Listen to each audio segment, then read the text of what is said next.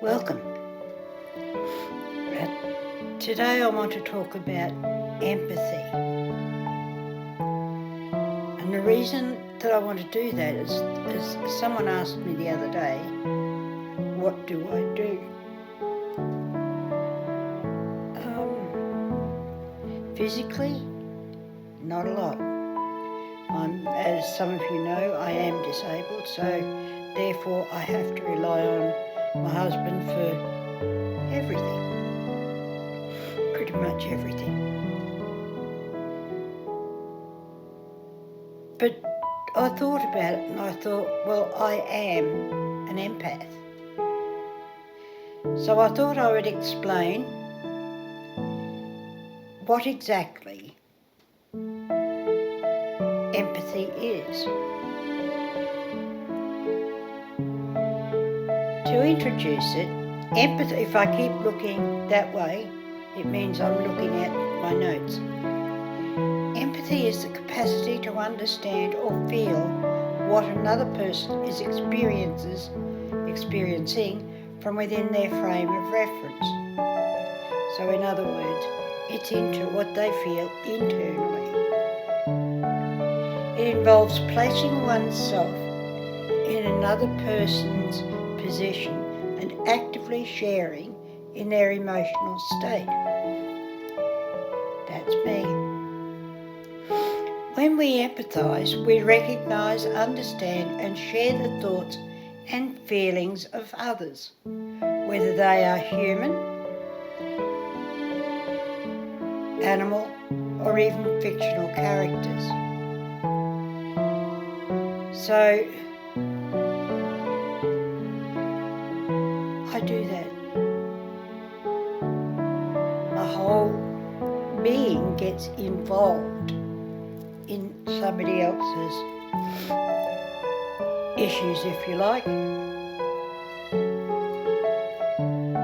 It allows us to respond to the emotional needs of others by seeing the world from their perspective. Here are some examples of empathy. Sensing someone's emotions, I do that. A highly empathetic person notices non-verbal cues such as body language and can sense someone else's emotions like sadness, happiness or anger before it's explicitly mentioned. They feel a deep connection with others and can empathise with their pain and sadness. Now, mine is eyes. If I can see a smile here, but it's not here. And if it's not here, generally means there's something else going on, but they don't want to be there. So I feel that. Imagine yourself in someone else's situation. Empathy involves putting yourself in another person's shoes. What is that saying? Walk a mile in someone's shoes. To understand them, that's what you have to do. People who have experienced personal pain and suffering are often good at this. It's about understanding emotions because you've lived through similar feelings. I have been to pain and sadness.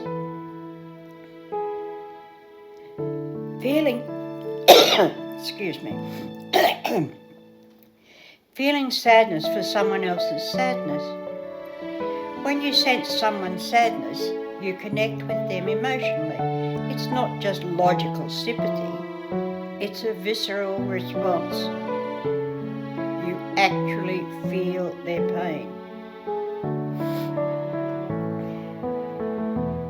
For example, feeling intense sadness when a loved one is sad.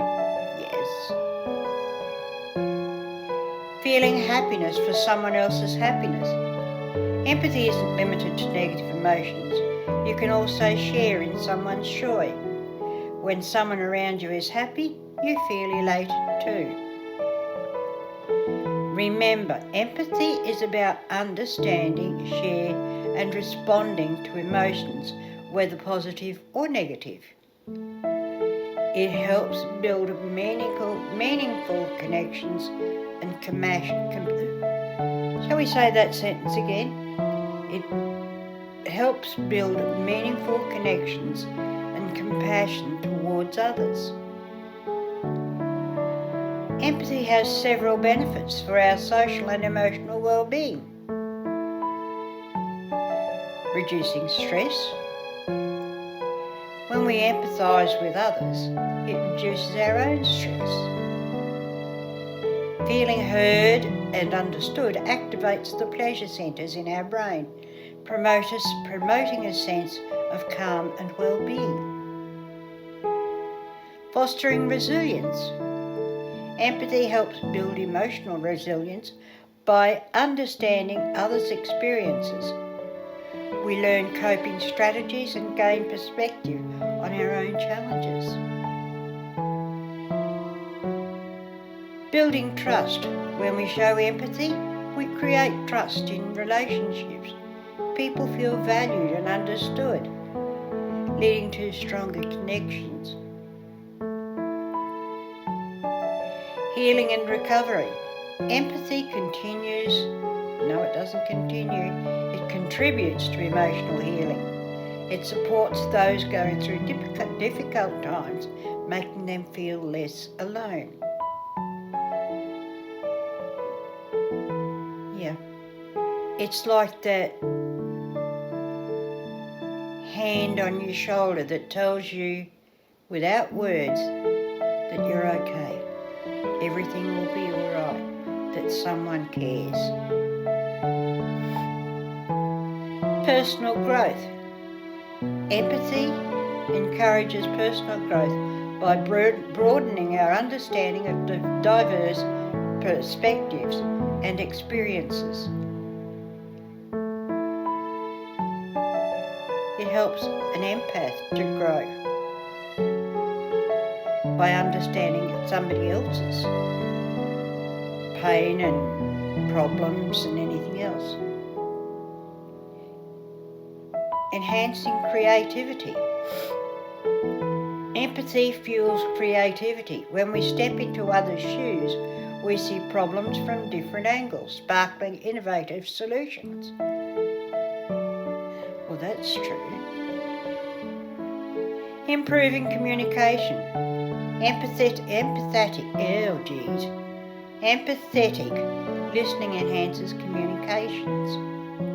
It helps us truly understand others' needs and respond effectively. Promoting learning. Empathy allows us to learn from others' experiences. We gain insights and wisdom beyond our own limited viewpoint. And that's true. Everything that I have said, I feel empathy for characters in movies and TV series. I feel empathy for characters in books. I feel that some characters actually need help. Don't ask me. It's something I have. Nourishing connections. Empathy strengthens bonds between individuals, groups and communities. It fosters a sense of belonging.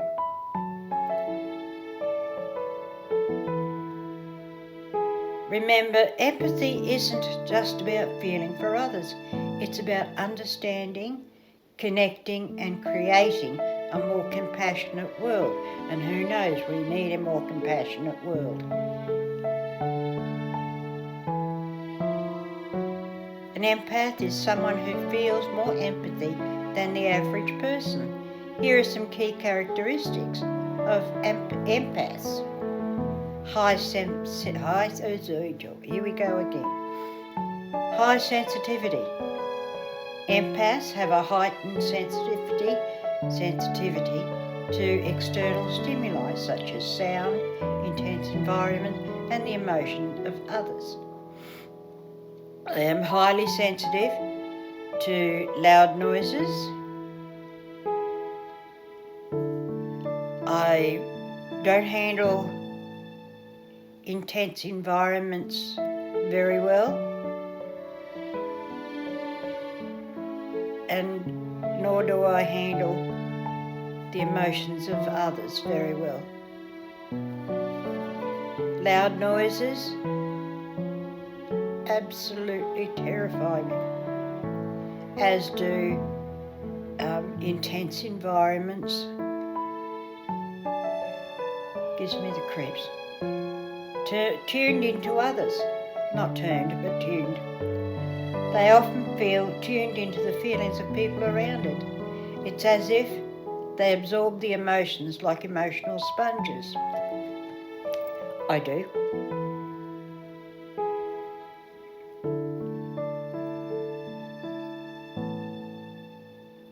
Just having a thought there. Just one. Deep empathy.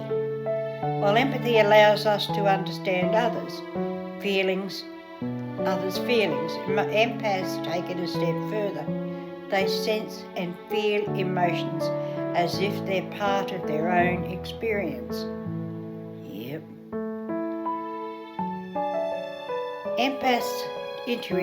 Empaths have strong intuition. They can pick up on subtle cues and often trust their instincts when making decisions. I do. Challenges and boundaries. Empaths may find it challenging to set boundaries between themselves and others.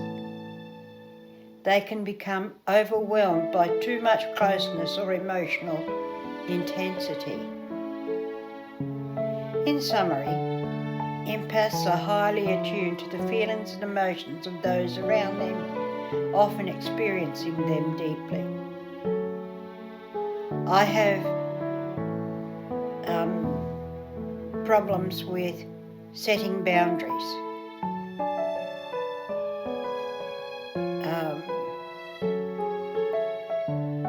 My husband, on the other hand, has no problem at all. I guess that's why we're a good match.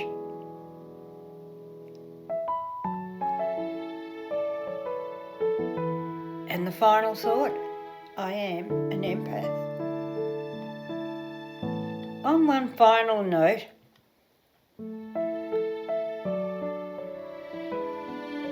I thought about respect. So if you have issues with boundaries, I thought I'd tell you what is respect. It's a feeling of deep admiration for someone or something elicited by their abilities, qualities, or achievements. Respect is admire someone or something deeply as a result of their abilities. I just read that. What is respect? It may be easy to recognise the absence of respect. Despite this, it's not nearly so easy to define and show respect in our daily interaction. By definition, respect means to demonstrate high regard for or special attention to something or someone. However, this definition alone does not tell us what that something is or how it is done. So everything, in closing, everything we do, say and provide to others makes a statement about our regard for them. Respectful interactions do not draw undue or negative attention to a person's difference or disability. Demonstrating concern and support for individual difference sets the stage for communicating our respect for others. So in everything you do, respect the other person. Respect your children. Respect each other. Show that respect by understanding that not everyone wants you in their life. Respect that. Respect that other people may not agree with you. Respect that. Every person's views are different. Respect that. And finally, if you show respect, that will be returned. What you put out will be returned to you tenfold. So if you put out negativity, guess what? It's coming back 10 times worse than what you said or what you put out. And just as an added bonus, I guess, I've thought about religion. Respect. Respect the fact that not everyone agrees with yours. If you don't believe in God, that's fine, that's respect. I will respect your decision not to believe in God. I believe in God who has many names, whether it be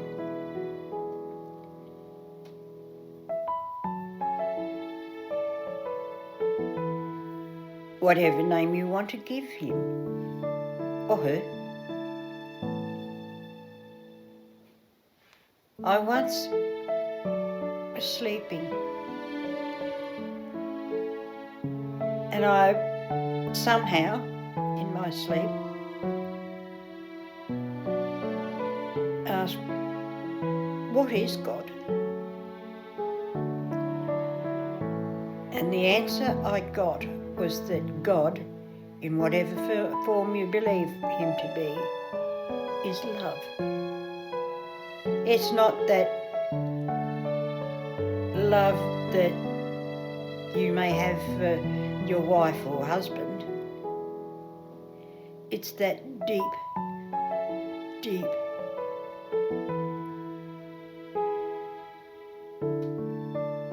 no ocean's deep enough. That's a line in a song. It is intense and it is deep, and that's what God is. He's not about judging. Besides, it's not up to us to judge anyone.